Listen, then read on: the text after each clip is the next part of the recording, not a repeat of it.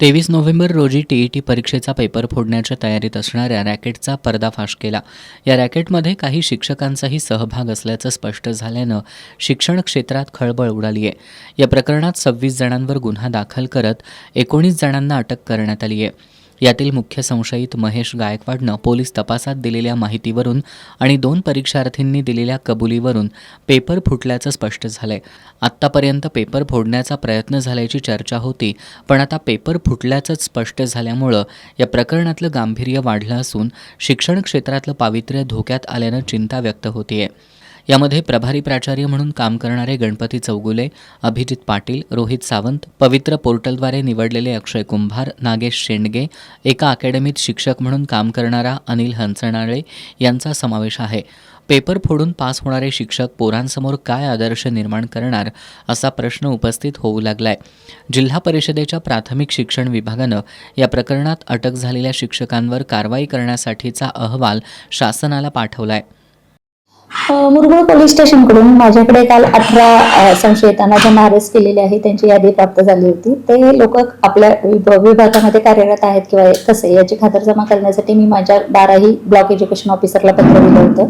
त्या 12ही जणांचे मला अहवाल प्राप्त झालेले आहेत. त्या 18 पैकी 3 जे संशयित आहेत ते उच्च माध्यमिक आणि सिनियर कॉलेजला कार्यरत असल्याचं रेकॉर्डवर आलेलं आहे.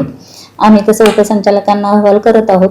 आता ते उच्च माध्यमिक आणि सिनियर कॉलेजला कार्यरत असल्यामुळे उपसंचालक कार्यालय, विभागीय उपसंचालक कार्यालय कोल्हापूर आणि उच्च शिक्षणासाठी सहसंचालक कार्यालय कोल्हापूर यांच्याकडून कारवाई होणं अपेक्षित आहे. त्याप्रमाणे अहवाल आम्ही दिलेला आहे. पेपर बाहेर आलाच कसा या टोळीला शासकीय यंत्रणेतील कुणी सामील आहे का? झारीतील शुक्राचार्य कोण अशी विचारणा शिक्षक संघटनांमधून होतीये.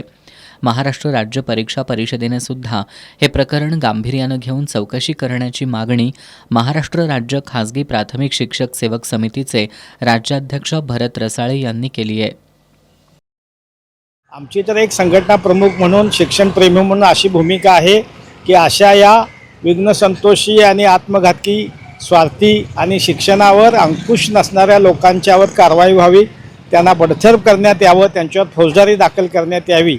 आणि दुसरी बाजू अशी आहे की याची पाळेमुळं जी आहेत ती महाराष्ट्राच्या बाहेरसुद्धा गेलेली आहेत आणि न कळत याची सुई महाराष्ट्र राज्य परीक्षा परिषदेकडे सुद्धा वळते.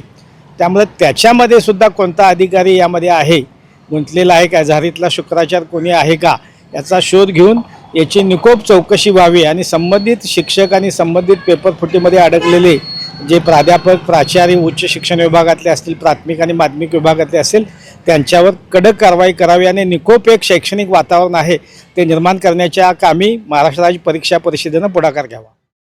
या प्रकारानंतर प्रामाणिकपणे परीक्षा दिलेल्या परीक्षार्थींमध्ये प्रचंड असंतोष निर्माण झालाय.